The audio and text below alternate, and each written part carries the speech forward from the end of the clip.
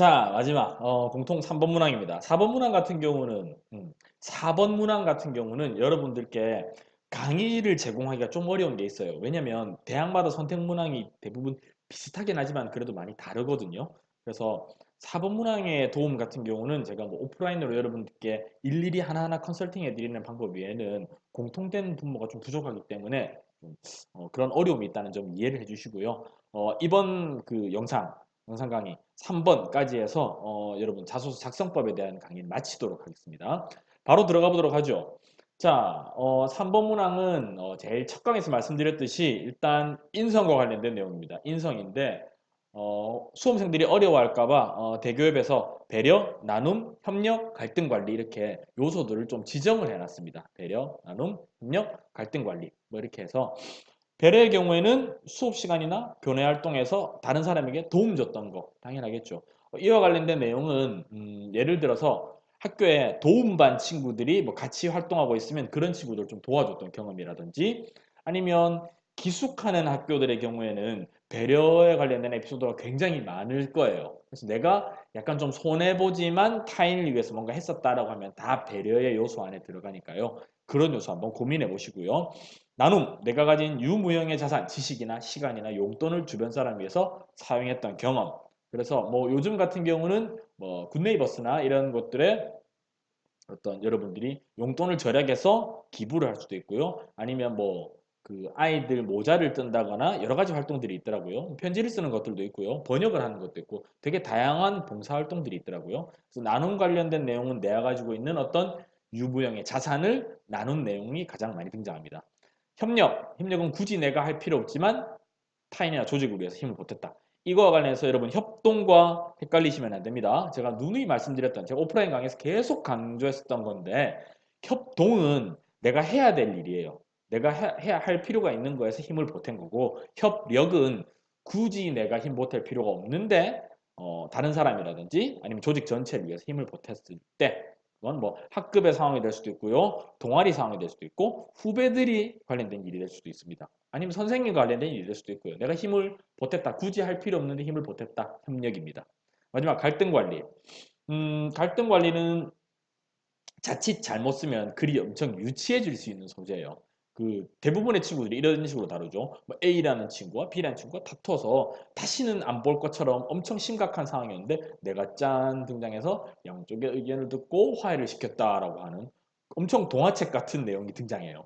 그래서 갈등 관리도 괜찮은데 자칫 잘못 적으면 갈등 관리는 굉장히 글이 유치해질 수 있다는 점은 여러분 분명히 알고 접근하셔야 될 겁니다. 아시겠죠? 자, 어쨌든 그래서 배려, 나눔, 협력, 갈등 관리 이러한 것들이 3번 문항의 소재로 쓰이는데요. 일단 이 네 가지의 핵심은 무조건 배려입니다. 배려. 어떤 배려? 양보와 희생의 바탕을 두었다. 이때 양보와 희생 모두 다 이렇게 생각하시면 돼요. 내가 약간 손해보지만 타인과 조직 전체를 위해서 내가 어떤 액션을 취했다라고 하면 그건 무조건 내가 양보와 희생이라고 볼 수 있고요. 배려라고도 볼 수 있습니다. 가장 일반적으로 많이 다루는 소재는 봉사활동 소재입니다. 봉사활동 소재 아니라면 학급에서 뭔가 어떤 역할을 했었던 거, 학급 간부도 좋고요. 학급에서 봉사활동했던 것도 괜찮습니다. 그것도 아니라면 앞서 말씀드린 것처럼 뭐 특수한 환경이 있죠. 도움반 친구를 도와줘야 되는 활동이라든지 아니면 본인이 학급에서 어떤 뭐 맡았던 특별한 역할, 사례 같은 것들이 있으면 양보했던 사례나 이런 것들도 괜찮고요. 그것도 아니라고 하면은 예를 들면은 앞서 말씀드린 기숙사 상황 이런 것들 또는 체육대회나 교내 대회나 교내 활동에 있었던 그러한 내가 양보와 희생 관련된 내용도 괜찮은 내용입니다. 소재는 엄청나게 많으니까요. 여러분들 조금만 고민해 보신 이후에 3번 문항 소재 한번 선정해 주십시오. 자, 글의 구성입니다. 일단 문단. 이거 3번 문항, 사실 1번 문항과 구성이 똑같습니다. 흐름도 똑같아요. 자, 그런데 어, 3번 문항은 아직까지 작년에도 지난해 그러니까 2017년도, 2018학년도 대입 준비하시는 수험생들도 에피소드를 하나 또는 두 개로 다뤘습니다. 1번 문항에서는 이랬잖아요. 1번 문항은 그 이전에서는 에피소드를 2개 다뤘었는데 갑자기 지난해부터 압도적으로 에피소드 하나만 다루는 사례가 많아졌다라고 했죠. 그런데 아직까지 3번 문항 같은 경우는 작년에 50대 50이었습니다. 에피소드 2개 다루는 친구들도 있었고요. 에피소드를 하나를 구체적으로 다루는 친구도 있었고요. 그런데 올해도 약간 이런 흐름이겠지만 전 에피소드를 하나를 보다 구체적으로 다뤄주실 걸 좀 더 여러분들께 추천해 드립니다. 왜냐하면 그렇게 하는 것이 좀 더 구체적으로 글을 적을 수 있고 구체적인 글이 바로 차별화된 글이 되니까요. 당연하겠죠? 자, 그래서 에피소드를 하나로 할 것이냐, 2개로 할 것이냐에 따라서 문단의 개수가 나뉘고요. 이 문단의 개수에 따라서 또 느낀 점을 어떻게 할 것이냐에 따라서 뭐 2문단, 3문단으로 나뉘기도 합니다. 그래서 여러분들이 이 문단을 한번 쭉 나눠 보시고요. 그 다음에 글을 한번 작성하시면 됩니다. 자, 1번 문항과 2번 문항 같은 경우는 제가 글의 어떤 구성의 흐름도 쭉 한번 짚어드렸는데요. 3번 문항 같은 경우는 워낙 요소가 다양하기 때문에 제가 이 흐름을 짚는 게 큰 의미가 없어요. 그래서 여러분들이 1번 문항, 2번 문항 그 주된 흐름을 잡고 글을 적는 연습이 되셨다면 3번 문항 작성하시는 것도 크게 어려움 없으실 거라 생각되고 생략하도록 하겠습니다. 자, 마지막으로 하나만 더 말씀드릴게요. 여러분들이 글을 쓰는 데는 굉장히 글 쓰는 게 쉽지가 않습니다. 어려워요. 그래서 집중을 해야 됩니다. 집중을 해야 되는데 문제는 여러분들의 집중력이 그렇게 오래 가지 못한다는 거죠. 그래서 팁입니다. 굉장히 중요한 팁입니다.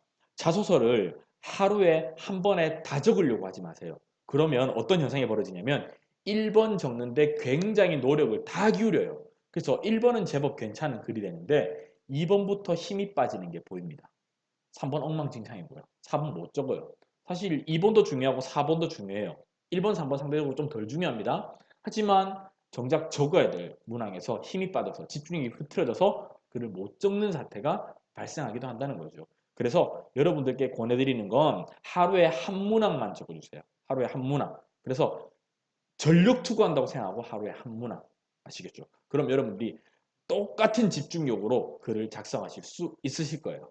자, 그래서 일단 각 문항 한번 작성해 보시고 뭐 친구들이나 선생님들께 도움 요청하시는 것도 좋고요. 아니면 저희 넥스스쿨 홈페이지 들어오셔가지고 컨설팅 신청하시면 저희가 접수된 순서대로 또 도움을 드리니까요. 여러 가지 방법은 많습니다. 여러분들이 간절함만 가지고 있다면 충분히 이번 입시에서 좋은 성과 내실 수 있고요. 자소서 역시도 멋지게 완성하실 수 있으리라 확신합니다. 왜냐하면 제가 몇 년간 4년 이상 4년 횟수로 4년 5년 차네요. 횟수로 5년 차고 만 4년입니다. 계속 해마다 수험생들을 보고 있는데 여러분들이 글 쓰는 여러분들 선배 때부터 여러분들이 글 쓰고 그 글의 실력이 늘어나는 속도는 생각보다 굉장히 빠릅니다. 대부분 처음에 다 걱정해요. 첨삭 한 2번 정도 받으면 글을 완성할 수 있을까요? 엉망진창인데? 아니요. 첨삭 2번 받으면 제대로 된 첨삭을 2번 받으면 여러분 누구나 다 정말 멋진 자소서 완성할 수 있을 겁니다. 자, 올해 입시에서 여러분들의 럭키 행운을 정말 정말 진심으로 빌면서 이번 2018년도, 2019학년도 대입 수시전형 대비 자소서 문항 작성법 영상 강의 여기서 마치도록 하겠습니다. 진짜로 여러분 잘 되실 거예요. 마칠게요.